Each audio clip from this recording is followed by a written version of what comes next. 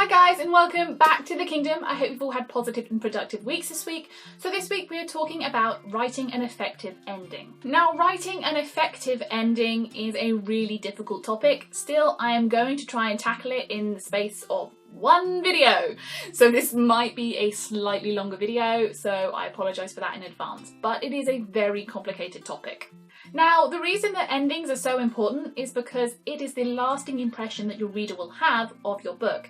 If they're lying there, squealing, toes curling, with the worst case of book hangover imaginable, well, that can only be a good thing. It is what they're going to remember experiencing when finishing your book. However, a happy ending isn't the only way to achieve this. There are several things that you need to consider in order to get this amazing effect, and it's not so simple, as with anything in writing. So let's do this.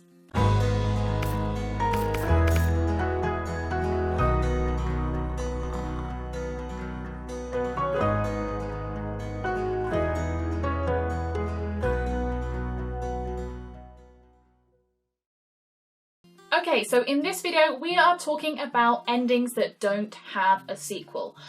If you would like a special endings with a sequel video, then I can do that, because often with sequels there are some things that you have to leave open to questions, new things are going to be brought up, some strings that have got loose ends still, so just bear that in mind for this video. We are not talking specifically about sequels. So generally speaking, the reason that you've got a story is because your character has a goal and a reason.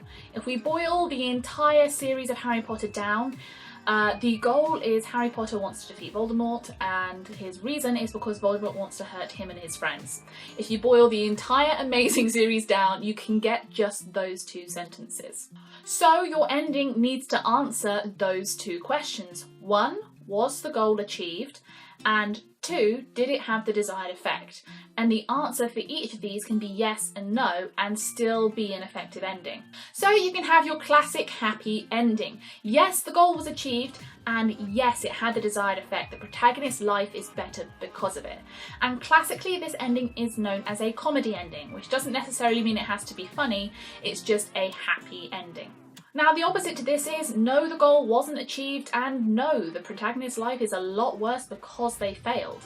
For example, in Harry Potter, this would have been that Harry didn't defeat Voldemort, and Voldemort then proceeded to murder, torture, and enslave most of his friends. However, this no answer ending can still leave your reader loving your book in just a more tragic way. For some reason, readers will still love your book, even if you tear out their heart, throw it on the ground and stomp all over it. Because if it's written in the right way and the characters develop in the right way, they'll still be left with this shocking, oh my gosh, I love that ending. So we've done yes, and we've done no. Now let's look at the other two options available to you. And you guessed it, it's one of each. So the first hybrid version that we're going to look at is the tragicomedy, where no, the protagonist didn't achieve his goal, but yes, his life is better off because he didn't achieve it. So for example, say that your Tribo character set off to defeat the evil king because the evil king has been hurting everybody. But when they get there, they don't defeat the evil king. They realise it's somebody else that's the problem. The king is completely unaware of this. They defeat that person and then the kingdom starts to flourish. That would be a no-yes scenario. No, they didn't achieve their goal, which was to kill the king. But they did manage to have everyone's life get better as a result. The kingdom is now flourishing, so that's a good result. The flip of this is you've got the comedy tragedy, which is yes, the goal was achieved. They killed the king, but no, their lives were a lot worse off because they managed this. Your characters thought that by killing the king that they were going to save everybody, but now they've just plunged the country into a bloody civil war. People have lost loved ones, children are starving in the streets, and it's all their fault. Think about your story and think about which kind of ending you'd like to give it, because it's not always as clear-cut as you first imagine. It can be as intricate or as simple an ending as you like, but at the end of the day, I think with most novels that you pick up, you will be able to boil it down to one of these 4 endings. For example, Lord of the Rings is a comedy. Yes, they managed to burn the ring, and yes, everyone's life is better off because of it. Romeo and Juliet is a tragedy because no, they didn't manage to run away and live their lives happily ever after, and they died as a result, so you can hardly say their lives are better off for it. Let's take another story, the story of King Midas. Yes, he got his goal. Everything he touched turned to gold. He got what he wanted. but his life is worse off because he killed his daughter. So you can find any story and you can apply one of these 4 endings to it if you think about it for long enough. Now, obviously, complicated endings can fit into this category as well. You just need to think about each individual character. What was their goal? Did they achieve it? Yes or no? Is their life better off or worse off from achieving or not achieving this goal? Yes or no? So you can apply these different endings to each of your different characters to work out what their personal ending is going to be. And that can add another layer of intricacy to your stories and ending. Maybe the main character gets its comedy ending. He achieves his goal, he marries his love interest, he settles down and has a beautiful family. However, the MC's brother has lost everything in the process, or the best friend has lost everything in the process, or someone else's reason for joining on this quest wasn't realised. Their life is now worse off because they've achieved this thing. Or maybe another person's goal was to stop them achieving this. They were on this quest to try and convince them, no, don't do it. And then they realised that they were wrong. So they failed in their goal, but their life is better off because of it. So assuming that you have decided how this ending is going to happen, whether it's going to be a comedy, tragedy, or a hybrid of the two, here's something that every good ending will have in common. Everything that happened before the ending now has, and I'll be honest, I think this is the golden rule when it comes to endings, is give everything a meaning, give everything a purpose. If the events prior to what happens here doesn't have a purpose, your reader will be disappointed because they'll be thinking, well then why did you include it in the first place? Why did I waste time reading this if it's now not relevant to the ending of the story? Now you can deliver this meaning in a bunch of different ways. I'm going to talk about the four main ways that you can do this. Okay, so the first one is showing that the story is going to lead to a significant and therefore emotionally engaging change in the characters' lives. 2, by validating the decisions, actions, choices and the nature of the characters in the book by showing how they actively contributed to the outcome of the events. Basically, you need to show that this outcome really just wasn't random and it was all down to your character's choices and decisions. 3, you can deliver a thematic message. So if you've ever read Of Mice and Men, Inspector Calls, Animal Farm, you will know that the endings were satisfying because they delivered a message beyond that. 4, reward the good characters and punish the bad. Give your readers justice for what they've read.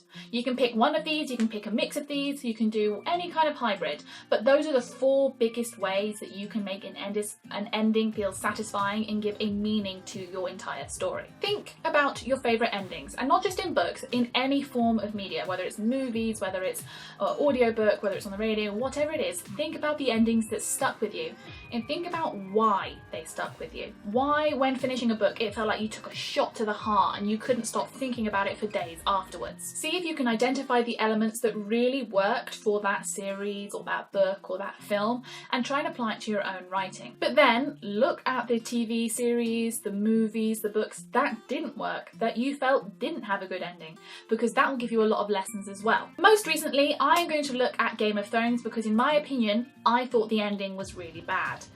So spoiler warning, if you haven't seen the end of Game of Thrones yet, I am going to talk about that and why I felt it was a bad ending. So just skip ahead a little bit. I think Game of Thrones generally felt like a bad ending because of these 3 things. 1, they never served proper justice. Cersei was crushed to death with her brother and the Night King was defeated too easily. These were really bad characters that didn't have endings that befit the emotional investment we had in them. We didn't feel like justice had been served. 2, they never validated Dany's journey or her choice to burn everyone in King's Landing.